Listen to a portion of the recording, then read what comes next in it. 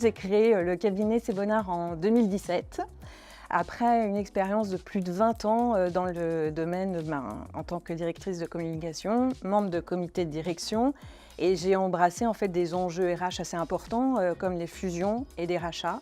Et j'ai toujours eu à cœur de rapprocher la stratégie de l'entreprise à l'intérêt du collaborateur. C'est en ça que l'ADN du cabinet Sebonart, c'est de valoriser le capital humain pour répondre à des enjeux d'organisation, d'efficience, de travail en équipe et surtout fidéliser et retenir mes collaborateurs parce qu'il y a des sujets de recrutement. On se dit mais où sont-ils passés ces collaborateurs? On a du mal à recruter.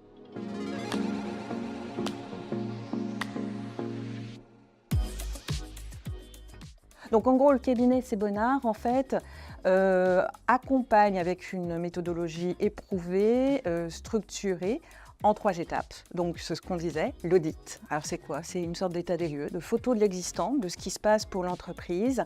Comme ça, on détermine un objectif et surtout des indicateurs pour dire, bah voilà, il y a eu un avant et un après. Deuxième étape, après, derrière, bah ok, maintenant à partir de cet audit, je fais quoi? C'est quoi les prochaines étapes? Et on y va pas à pas. Et on constitue un plan d'action. Ça peut être de l'accompagnement individuel comme de l'organisation et du collectif aussi, de la formation. Ce qui est important, et c'est ça qui fait vraiment la différence, c'est le suivi. Et là, on est en mode projet. Et là, on embarque les équipes, on leur demande de la contribution pour qu'ils soient impliqués justement pour faire changer les choses.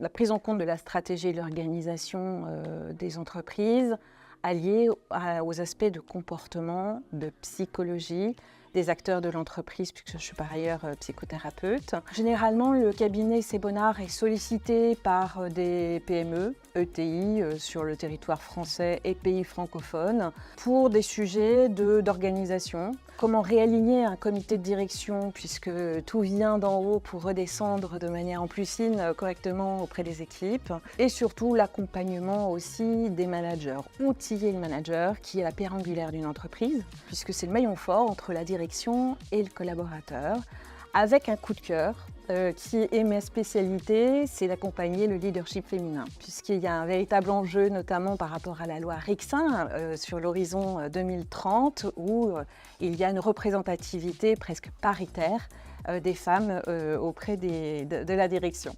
Parlons de vos enjeux ensemble et trouvons ensemble des solutions pour changer, être efficient et dans la productivité.